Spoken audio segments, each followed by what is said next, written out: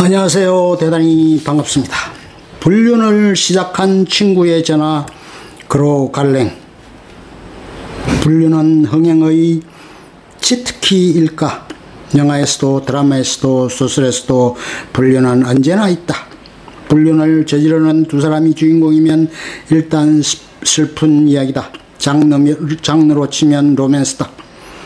두 사람의 인연이라는 것이 결국 이별을 향해 가는 과정에 있기에 비극은 더욱 아름다울 것이다. 삶에서 상처받은 두 사람이 만나 운명처럼 사랑에 빠졌고 관계를 통해 위로를 얻는다. 하지만 그 대가는 크고 반드시 치러야 한다. 반면 불륜을 저지르는 두 사람이 주인공이 아니면 이건 얘기가 다르다. 배우자에게 상처를 남긴 불륜 치정극으로 폭주하다가 폭행이나 범죄로 이어지고 결국 파국이 된다. 장르를 따지자면 그렇지 스릴러 범죄극이 될 게 뻔하다. 해피엔드 1999년 정지우 감독. 영화 해피엔드에는 불륜을 저지르는 주인공도 있고 배우자에게 배신을 당하는 주인공도 있다. 전도연이 연기한 채보라는 아이를 낳고 생계와 육아를 모두 책임지는 고된 삶을 살고 있다.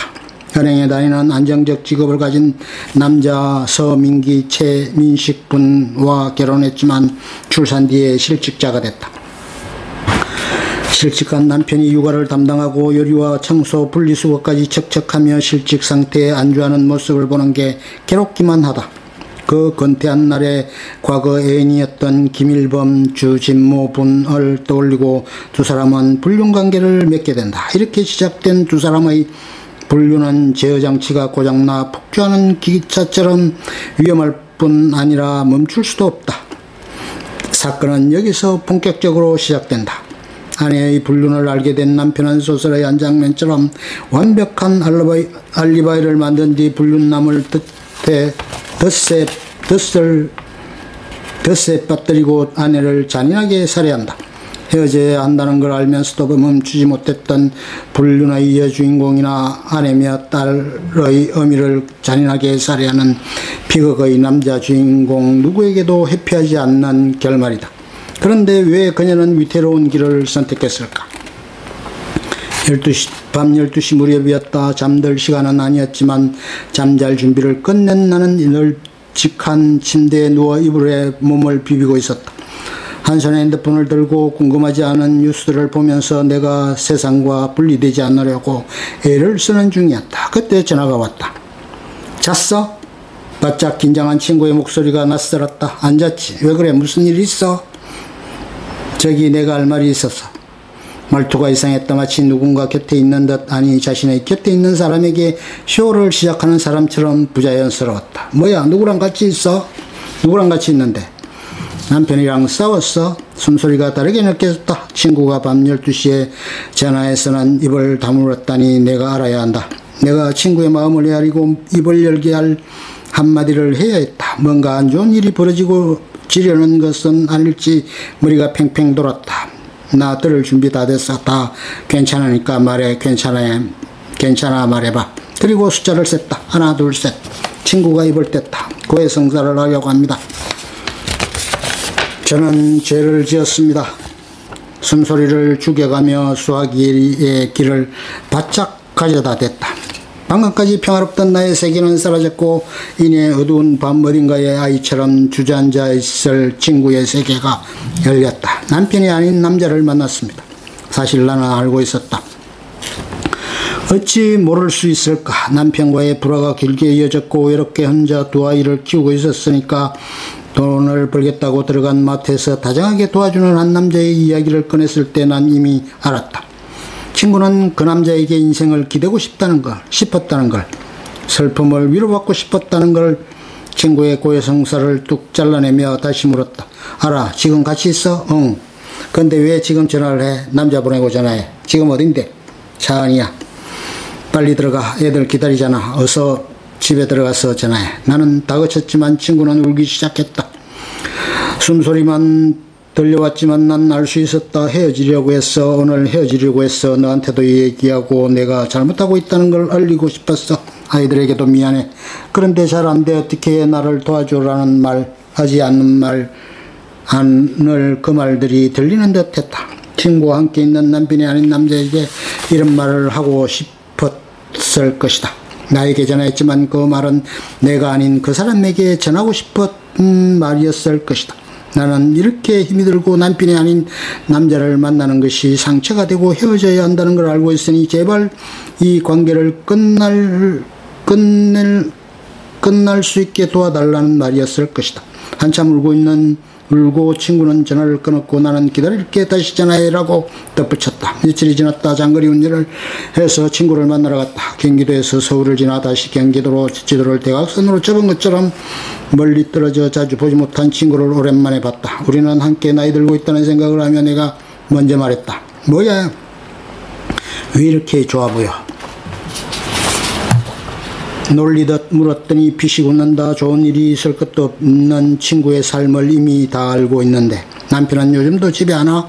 남편 아닌 남자의 이야기는 뒤로 미뤘다.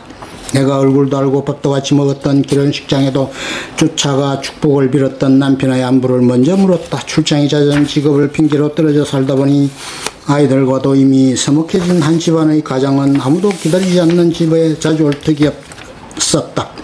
게다가 술주정과 폭언, 폭력을 반복해 보여주던 가장이었으니 아내도 자식들도 마음이 떠나버린 지 오래였을 것이다. 그리고 다음 순서를 진행했다.